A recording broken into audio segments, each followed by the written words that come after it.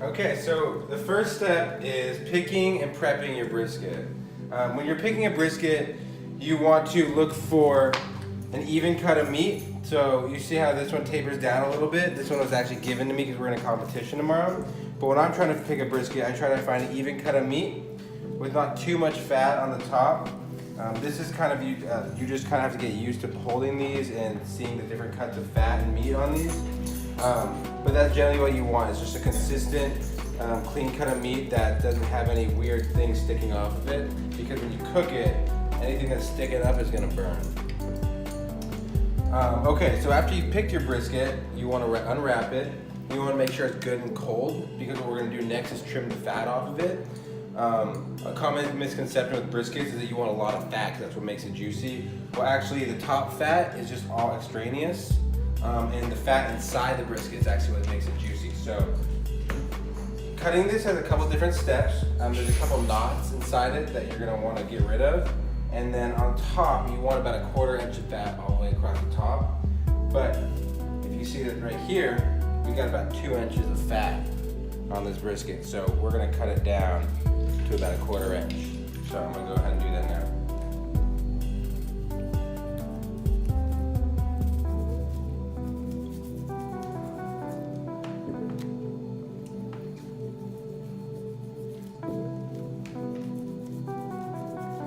So here's one of those knots I was talking about. You see how it goes deeper into the meat than just on the surface level? So this is the first one. You see how it just goes deep in there, and you want to just keep. The second thing you need to do whenever you're going to smoke a brisket is get your either your grill or your smoker ready. So we're using a lump coal charcoal grill. This isn't the most optimal smoker to use, but we're working with what we have. So we're going to use lump coal charcoal and wood chips to get our smoke.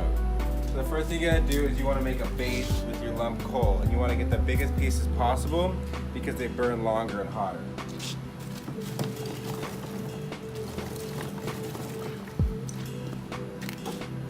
You can probably pause it. It's gone.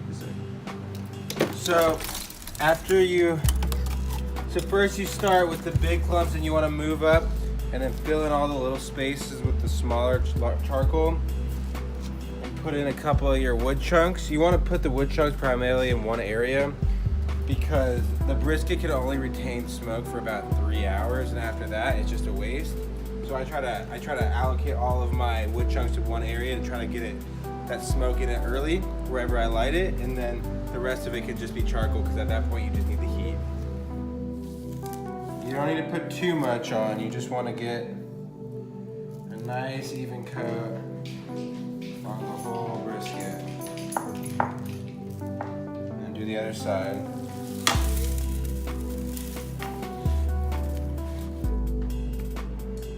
Okay, so now we've got our brisket trim. You see, we got the big chunks off. We took our knots off on both sides. Even layer of fat. The next step is to coat it with seasoning. Now I just use a 50-50 blend of salt and pepper. I like to keep it simple. That's kind of like Texas style. But you can kind of mix this up however you want. A lot of people do garlic salt, onion powder. That's a little bit of preference. You gotta play around with your mixture. So here I've got just coarse grained ground salt and peppercorn that I ground up in a coffee grinder. I like it a little bit more coarse than if you buy the fine ground pepper.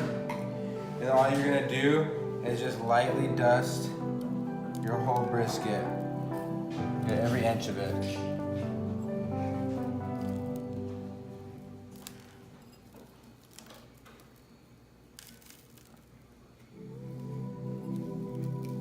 Okay, so as you can see, I've got my brisket seasoned. This is about what it should look like. I'm gonna wrap this up with some cellophane and I'm gonna throw it in the fridge. And so the next step is we're gonna prep the grill or your smoker at home. So I'll see you there. So we're out here, it's 3 in the morning.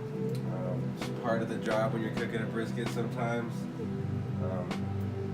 Right now I'm setting up the grill. I've got the starter going, trying to get the temperature up a little bit. You wanna just start raising the temperature slowly because you're not gonna wanna get it too hot.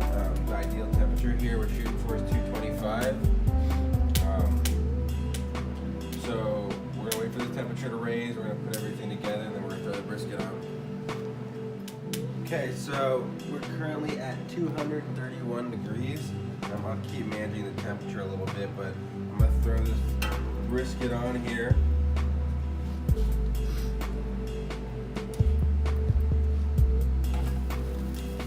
Set it right there in the middle. Close it. Keep your temperature at 225. We'll check back in a few hours to see how it's looking. Okay, so it's been about 9 hours since we put this brisket on here. We've kept the temperature consistently through 225 and 250 degrees. So I'm pretty happy about that. We're gonna check on it. I'm gonna spray a little apple juice on it. This just helps regulate the outside temperature versus the inside temperature, and also gives it a little bit of flavor. You can use apple cider vinegar, people use coffee. It's a lot of preference, and you just get a lot of trial and error. So yeah, I'm gonna open this up, we're gonna check on it, and we're gonna put an internal probe in there so we can measure the internal temperature, because now that we're getting closer to the finish time, it's important to know what temperature we're at. So you wanna show them right there? You see now how it's got this dark crust on it, and this will continue to form as we cook.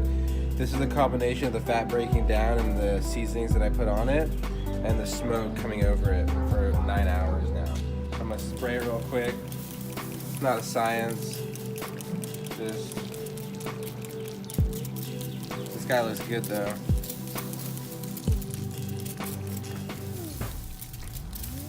I've got a little drip pan underneath it. I throw a little bit of under there. It evaporates into the brisket. Okay. I'm gonna throw this probe into it. You want to just try to get in the deepest, fattest part of the brisket.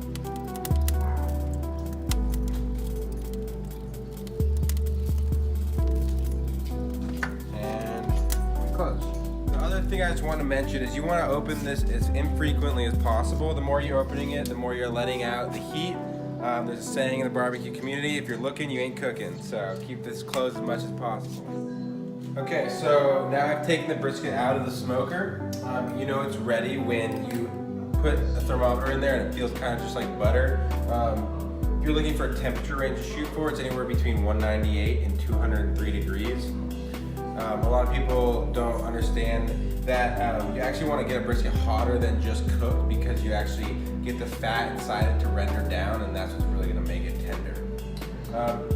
Generally, when you take it off the smoker, you can just let it sit on the counter for about an hour. You want to let everything cool down a little bit before you cut into it.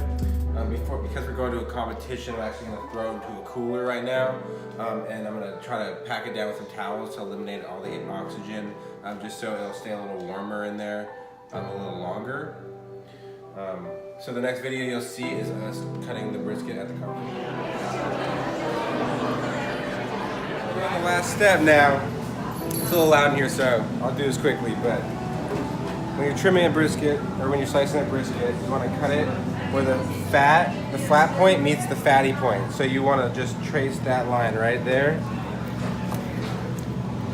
So this is going to be your lean meat, and this is going to be your fatty meat right here. And then these are your precious burn ends. So then you just slice down, and you have your finished product.